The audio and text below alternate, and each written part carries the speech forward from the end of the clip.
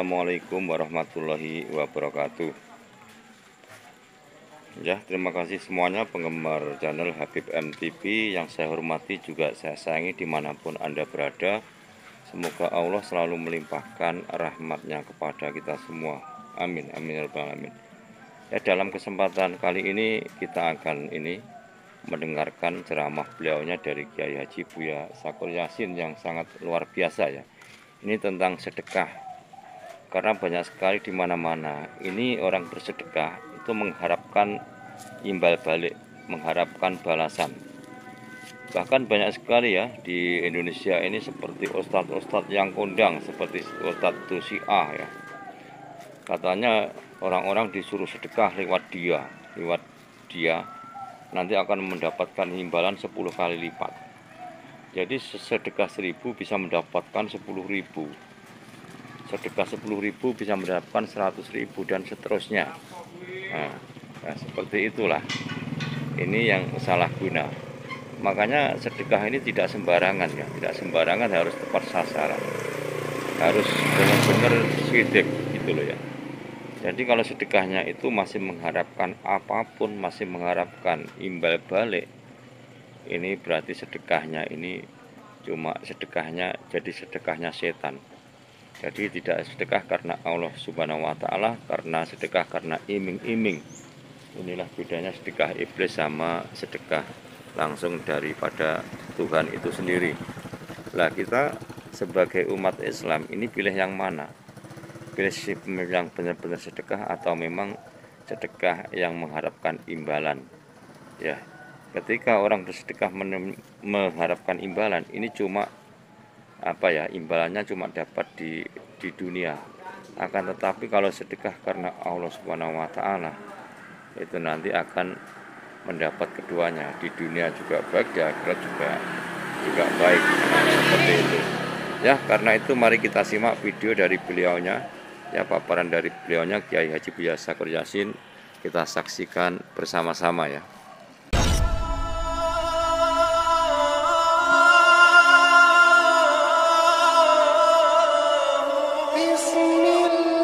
Bismillahirrahmanirrahim. La haula wala quwata illa billah. Asyhadu an la ilaha illallah wa asyhadu anna Muhammadar Rasulullah. Allahumma shalli ala sayyidina Muhammadin wa ala alihi wa sahabatihi ajma'in, ma ba'd. Para sesepuh al-mukarramun, hadirin hadirat rahimakumullah. Barusan tadi kita selesai berdoa bersama untuk almarhumin wal marhumat, wa khususan yaitu Bapak Haji Buwu Sobari al-maghfurlah. Kita doakan mudah-mudahan beliau mendapat ridha Allah di sisinya. Selanjutnya Bapak-bapak sekalian, mereka sudah kembali kepada Allah, sudah tidak lagi tinggal di dunia ini. Sekarang kita masih ada di dunia ini dan tidak akan lama lagi juga akan menyusul mereka. Antumus sabiquna wa nahnu insyaallah lahiqun. Ya, saudara kita telah mendahului dan kita nanti akan menyusulnya dan tidak akan lama lagi. Sementara kita masih tinggal di dunia ini, ibaratnya ya masih melihat matahari terbit, masih melihat bulan, masih melihat air sungai mengalir, masih melihat manusia yang mondar-mandir Jakarta Surabaya, yang sibuk, yang sengsara, yang bahagia, ya kan? Ada merah, ada putih, ada kuning, ada orang ketabrak, ada orang dapat rezeki, ada orang mati, ada orang sakit. Semua ini persis seperti kita berada di ruangan gedung bioskop, melihat film di dalam gedung bioskop. Ini adalah bioskop hidup semua ini. Nah, orang yang sedang menonton bioskop itu bermacam-macam. Ada yang larut masuk bersama cerita itu, menjiwai. Kalau ceritanya sedih, ya nangis, begitu ya. Kalau ceritanya lucu, ya dia tertawa terbahak-bahak. Kalau ada yang gemes, dia sambil memukul-mukul dengkulnya sendiri. Itu satu orang larut masuk dalam cerita menjiwai. Ada lagi orang yang cuek aja. Dia sadar selama di dalam gedung bioskop, dia sadar dia tidak terlibat dalam cerita itu. Dia sadar dia sebagai penonton karena dia fungsinya sebagai kritikus perfilman. Jadi yang diteliti bagaimana aktingnya, bagaimana plotnya, bagaimana sinopsisnya dan sebagainya. Dia sadar saya sebagai penonton lagi nonton film, tidak terpengaruh. Yang lihat ceritanya nangis, yang nangis, nggak ada pengaruhnya. Itu adalah orang kedua. Ada lagi yang separuh-separuh, kadang-kadang ikut nangis, kadang-kadang dia cuek di luar. Biasanya yang ketemu itu tuh sambil makan kacang. Ya, nanti kadang-kadang lagi makan kacang ya sadar dia itu. Ya, sekalipun ceritanya sedih dia nangis, tapi kadang-kadang dia masuk seperti itu. Nah, inilah kita dalam kehidupan sehari-hari ini itu sama dengan kita nonton film itu.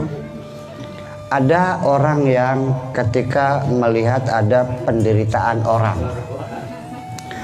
temannya, tetangganya kelaparan, dia terharu, dia menangis, ya kan gitu. Akhirnya tetangganya dikasih beras, dikasih uang. Ya Allah, kok sedih banget masa hidup ini, makan aja susah, gimana kan gitu. Ada itu yang larut sampai akhirnya dia malamnya nggak bisa tidur, ikut menderita seperti penderitaan tetangganya itu. Ya, nanti melihat seorang pelacur yang kena penyakit AIDS, ya dia menggebek-gebek ketakutan sendiri. Ya, melihat orang ketabrak mobil, traumanya sampai sebulan nggak bisa tidur. Ada orang itu kan? Ada seperti itu. Ada orang yang cuek aja ada. Ya, cuek apa? Anak yatim nggak makan ya biarin aja, emang anaknya siapa? Tetangga nggak makan ya urusan apa? Sampai adik sendiri juga nggak bisa makan juga, siapa, nggak ada urusan, warisan sudah dibagi kok. Kan begitu. Yang kok bikin teriak baik. Yang sampai sakit di rumah sakit, buat beli obatnya kurang, tidak keluar sepeserpun juga, memang urusan apa? Ya, tega-tegaan. Itu ada kan begitu? Ada. Ada lagi yang kadang-kadang seringkali dia melihat penderitaan, dia sedih, dia bantu. Tapi kadang-kadang meditnya nongol juga kadang-kadang. Nah, inilah bervariasi bagaimana kita berinteraksi dengan masyarakat sekitarnya. Ada yang masuk seluruhnya, ada yang di luar sama sekali, ada yang kadang-kadang masuk, kadang-kadang keluar. Nah, disinilah kita dalam agama Islam itu ada patokan dalam bermasyarakat itu. Dengarkan firman Allah, Bismillahirrahmanirrahim, wala taj'al yadaka maghlulatan ila unuqika wala tabsutha kullal basti fataquda malumam mahsura. Artinya jangan kau letakkan tanganmu di lehermu seperti mencekik diri sendiri saking meditnya. Artinya tangannya nyeketem, tidak pernah merojol sepeser pun nggak keluar. Itu juga jangan. Wala tabsutha kullal basti, tapi juga jangan terlalu boros, semuanya dikasihkan, terbuka semuanya. Jadi yang bagus mana? Standarnya adalah ya tidak terlalu medit, tidak terlalu boros, ya sedang-sedang saja. Itu maksudnya. Jadi artinya bahwa kita ini harus sedang-sedang saja. Dan inilah yang menjadi masalah, sulitnya kita menjaga posisi di tengah, tidak ekstrim kanan, tidak ekstrim kiri. Nah, ini perlu diwaspadai. Artinya bahwa kita hidup di dunia ini tidak bisa sendirian. Jangan dianggap bahwa kita usaha sendiri, capek sendiri, makan nggak bisa. Kita tidak bisa hidup makmur di tengah-tengah kemiskinan.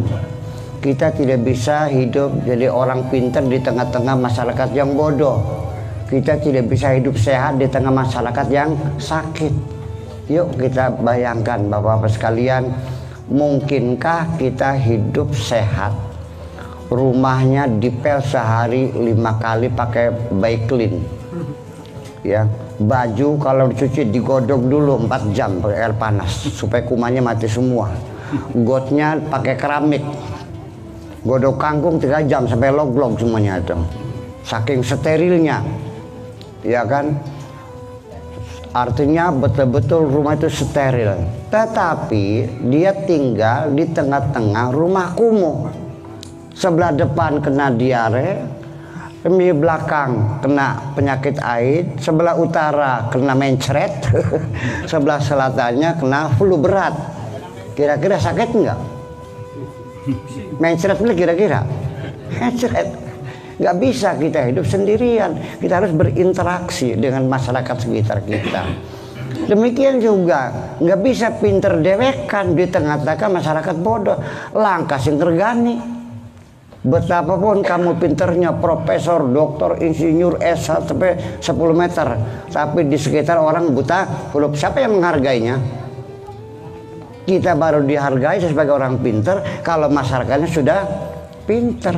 Betul begitu? Nah ya iya. Kita kaya sendirian, makan sekenyang-kenyangnya, di tengah-tengah masyarakat kelaparan, dirampok nggak kira-kira? Nah itulah makanya. Nah tetapi kita dalam berinteraksi itu artinya tidak keborosan sekali, tidak kemeditan sekali, ya sedang-sedang saja, diperhitungkan.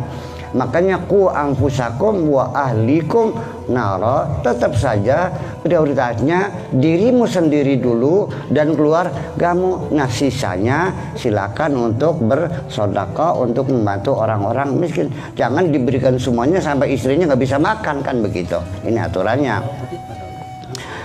Tetapi juga kita jangan terlalu medit. Artinya tidak mau tahu urusan orang lain, tidak mau merasakan penderitaan orang lain. Masa bodoh, modar-modara, mampus salangka urusan. Alasannya apa? Ya saya kan sudah keluar zakat, ya berarti selesai. Salahnya siapa? Tangannya kurang makan, akhirnya dia tidak mau membantunya. Alasannya saya zakat sudah keluar kok. Itu kan, nah itulah makanya mesti kita pahami semuanya, bahwa kita tidak bebas dari dosa ketika membiarkan orang mati kelaparan dengan alasan kita sudah bayar zakat. Zakat itu tidak membebaskan dosa kita, membiarkan orang mati. Zakat itu hanya latihan mendidik hati kita supaya jangan medit. Berapa ukurannya? 2,5% pedagang. Kalau petani 5% atau 10% itu saja. Nah makanya jadi di sini kita harus melihat bahwa tetapi juga tidak juga bisa disalahkan, karena saya melihat di dalam Al-Quran dikatakan ada orang yang memberikan segalanya sampai dirinya sampai papa, sampai jatuh miskin. Bal yu'thiruna ala anfusihim walau kanu bihim khasasah. Mereka mengutamakan orang lain dulu sampai dirinya tidak punya apa-apa, sampai jatuh miskin. Ini disanjung oleh Allah. Nah di sini perlu saya jelaskan, ini maknanya kita boleh berkorban dengan segalanya sampai kita jatuh miskin, tapi jangan untuk kepentingan yang sempit orang per orang, tapi kepentingan yang lebih besar untuk menyelamatkan bangsa Indonesia 250 juta. Demi kemenangan bangsa ini, pahlawan-pahlawan bangsa berani mati melawan musuh, mati. Kalau mati istrinya jadi apa? Kalau dia mati pada pertempuran, istrinya jadi apa? Jadi ada anaknya. Ya. dia korbankan. Nah, itu boleh. Itu boleh kalau untuk kepentingan umum, kepentingan agama, kepentingan ideologi yang. Tapi kalau kita membela seseorang, nah ini banyak sekali kita dikecewakan karena kita memberikan segalanya, ternyata yang dibantu itu mengingkarinya. Terjadi biasanya penderitaan ini pada orang tua, ya. Pertemanan yang membantu segala-galanya setelah bisa berhasil ternyata mengingkari kebaikan-kebaikannya. Terjadi kan, orang tua membela anaknya sekolah sampai sarjana, jual sawah, jual rumah, kan begitu. Nah, setelah sukses apa yang terjadi? Begitu orang tuanya jatuh sakit, kena stroke, gempor, mau nyebokin enggak? Enggak kok. Sakit orang tua begitu. Atau juga pacaran, ya, untuk kekasih semuanya diberikan, ya, dia tidak tahu dikiranya kekasih sejati, ternyata wadur ngeret kan, ternyata untuk kabeh ragat. Terjadi kan? Nah, ini makanya ayat tadi walau kanu bihim khasam bal yusiruna ala anfusihim walau kanu bihim khasasa, artinya diberikan segalanya untuk ide-ide dan tujuan-tujuan yang sangat besar. Nah, oleh karena itu standarnya berapa banyak orang menyumbang kepada masyarakat ini. Bagaimanapun kepedulian sosial adalah merupakan bagian dari agama Islam. Islam itu bukan hanya sembahyang, bukan hanya ritual, tapi kepedulian sosial. Coba bayangkan, dengarkan firman Tuhan. Ara'aital ladzi yukadzibu biddin, tahukah kamu orang yang agamanya bohong? Fadzalikal ladzi yad'ul yatim, yang membiarkan anak yatim terlantar. Wala yahuddu ala ta'amil miskin, dan tidak mau ngasih makan orang miskin. Agamanya bohong enggak? Fawailul lil musallin, sekalipun sholatnya rajin sampai keningnya hitam, bohong semuanya itu. Jadi standarnya adalah kepedulian sosial. Brayan urip, kalau bahasa sininya mah. Itu penting. Makanya jadi kita jangan fokus sembahyang aja. Tidak ada kepedulian sosial, termasuk kesehatan, pendidikan, kesejahteraan dan sebagainya. Kita harus ikut terlibat. Nggak bisa hidup sendiri-sendiri ini. Kalau kita beranggapan kita lebih bahagia sendirian, ya mangga silakan mau kayak sendirian. Saya mau nanya nih Bapak di sini, ada nggak yang pengen mempunyai kekayaan Kabupaten Indramayu, cek buat kamu semuanya, sawahnya, empangnya, lautnya buat kamu semua, tapi sendirian, mau nggak? Nggak mau. Orang enak itu bukan orang kaya, orangnya banyak temennya. Yang enak tuh bukan orang kaya, orangnya banyak temennya. Gimana lagi? Nah, itulah makanya.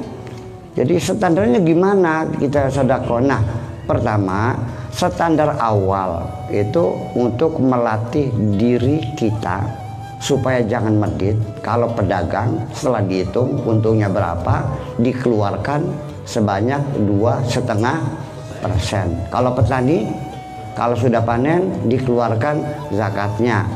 Kalau airnya itu dapat ngediesel, maka infaknya itu atau zakatnya 5%. Kalau airnya irigasi teknis, nah itu 10%. Jumlah itu tuh hanya melatih supaya jangan medit. Itu aja persoalannya mah. Minimal itu segitu. Dan itu pun ini perlu diketahui, ketika kita mengeluarkan uang zakat, jangan dianggap itu kebaikanmu, tapi itu kewajibanmu. Ini tercatat. Jadi artinya jangan merasa berjasa kepada orang miskin. Zakat itu kewajibanmu, itu haknya orang miskin. Dengarkan firman Tuhan. Wa fi amwalihim haqqul lisaili wal mahrum. Di dalam harta mereka ada haknya orang yang miskin dan orang yang menderita, hak mereka. Jadi orang miskin ketika minta zakat sama orang kaya, datangnya jangan kayak orang yang ngemis. tapi datangnya seperti orang yang lagi utang. Mana punya sayanya, titipan Allahnya mana? Gitu dong. Bukan mana dikasihani, bukan hak saya mana, itu hak saya. Dari mana? Titipan. Titipan siapa? Titipannya Gusti Allah. Wa fi amwalihim, di dalam harta mereka ada haknya orang miskin dan orang yang menderita. Hak mereka. Nah itu. Nah nanti setelah zakat keluar, nah baru kita sodakoh lagi, namanya lagi, itu baru namanya kebaikan. Itu yang kita anggap, kita harapkan pahala, bolehlah. Tapi kalau zakat mah jangan berharap pahala, nggak dosa aja untung. Ya. Dan logikanya mana? Kalau harta itu haknya orang miskin, kewajibannya orang kaya. Ketika bayar zakat, orang miskinnya dipanggil datang ke rumah orang kaya, atau orang kayanya datang menghadap orang miskin? Jawab dulu. Orang kayanya. Konsekuensinya kalau orang kaya tidak mau mendatang orang miskin dipanggil, ya tolong dihitung transportnya. Nunggang becana pira. Tukang pikulnya berapa, enak aja. Berarti berkurang jumlah yang pentingnya. Seperti itu kira-kira. Jadi perlu kita sadari itu adalah namanya bukan kebaikan, tapi suatu kewajiban.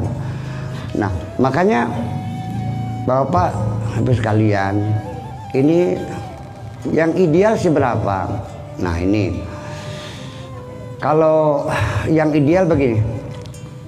Ada satu hadis ini begini, Rasulullah itu satu ketika sedang bersilaturahmi ke sahabat-sahabatnya, beliau menemukan ada seorang sahabat yang usahanya maju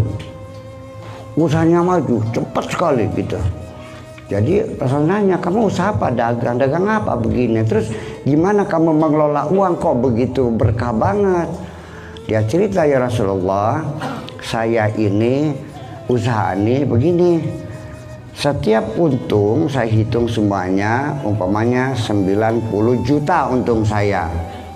Nah ini 30 juta, 30%-nya, sepertiga, bukan 30%, sepertiganya itu saya tambahkan buat nambah modal supaya usahanya ke depan tambah hari tambah besar. Yang sepertiga saya nikmati buat senang-senang saya dan anak istri saya. Yang sepertiga saya bagi-bagi untuk fakir miskin di sekitar saya. Rasulullah juga kaget. Kok begitu? Kata Rasulullah, ya udah, siapapun nanti orang yang membagi rezekinya seperti itu, sepertiga buat tambahan modal, sepertiga dinikmati, sepertiga buat bagi-bagi, saya doakan langsung kepada Allah. Pengen didoakan Rasulullah enggak? Pengen. Pasti dikabul. Kalau orang yang doa pasti dikabul. Yuk kapan-kapan kita buktikan seperti itu aja. Mari kita buktikan, saya yakin betul. Ya kenapa? Dengan sendirinya orang loman, orang dermawan, ini banyak yang mendoakan. Satu. Ya, kemudian juga ada pengaman sosial, corporate social responsibility. Itu artinya menjamin keselamatan usaha kita sehingga tidak dijahati orang yang ada di sekitarnya karena kebagian semuanya. Sehingga orang yang mau nyolong juga nggak berani, ngapain, datang aja dikasih kok, ngapain nyolong. Ini kan banyak sekali. Nah itu karena ketidakpahaman itulah terjadi kasus begini. Ada orang datang kepada saya mengklaim mempersalahkan Tuhan. Katanya ya mungkin dia imannya kurang kuat ya, tapi dia mau menjalani cuman imannya kurang kuat. Katanya, kata Rasul katanya as-shadaqah tadfa'ul bala. Sedekah itu tolak bala. Betul, ia bilang, iya betul. Tapi kenapa saya zakat keluar tapi kebun mangga saya dicolongin orang terus? Beli uman kan tokap. Oh, kenapa? Ntar dulu, coba bisa ceritakan gimana. Kamu orang mana? Saya orang Kandang Haur. Kebun mangganya di mana? Di Kartasmaya. Zakatnya dibagi pada siapa? Ya tetangga saya di Kandang Haur aja, goblok namanya. Dia orang Kandang Haur, kebunnya di Kartasmaya. setelah panen dibagikan kepada orang tetangganya di kandang haur. Bukan yang matanya mencilak tiap ada yang lihat mangga orang mana. Nah itu persoalan nggak jelas. Jadi nah, itulah persoalannya. Jadi namanya corporate social responsibility itu adalah di sekitar tempat kita kerja, bukan di sana-sana. Itu makanya jadi mesti dicerdasi. Yuk kalau gitu kurang lebihnya kita coba mencoba janji Rasulullah tadi, barang siapa yang membagi rezekinya menjadi 3/4 untuk tambah modal, 1/3 untuk dinikmati, 1/3 untuk bagi akan didoakan langsung oleh Rasulullah. Ya sekarang gini, coba aja deh besok bapak-bapak belajar dermawan tuh dari yang paling terkecil. Saya mau nanya, kalau bapak duitnya hilang 1 juta, kecewa nggak? 500.000, 100.000, 10.000, 5.000, 2.000, 1.000, ada orang yang nangis duitnya hilang 1.000. Nah, angka itu yang tidak menimbulkan kecewa berarti 1.000 tidak ada harganya di dalam hati kita. Kita coba kita sedekah dengan sesuatu yang tidak membuat berat hati kita, yang kalau hilang juga kita tidak mencari, yaitu 1.000. Ambil beli celengan, masukkan uang ribuan tuh semua tiap hari ke kotak. Setelah 1 bulan bagikan ke anak yatim. Bagi anak yatim 10 orang lah di musola situ, setiap Jumat bagi-bagi 10 anak yatim, lumayan dapat 10 ribuan semua. Ini ketika bapak datang terlambat atau tidak datang, 10 anak yatim bertanya-tanya, mana Kang Wawan nih? Ketika mereka bertanya mengharapkan kedatangannya, itulah doa yang sesungguhnya dari yatim-yatim itu, dari lubuk hati yang paling dalam. Kalau doanya kiai yang Allahumma ngabul kabeh kan gak barangan bugah ya, yang didengar Allah adalah doa dari hati anak yatim itu. Cobalah kita buktikan kepedulian kita. Kamu sayang kepada sesama, kamu pasti disayang oleh Allah. Kamu kejam pada sesama, Allah pun kejam kepada kamu. Yuk kita bangun kebahagiaan bersama, jangan seneng dewek baik. Ya, bersama-sama.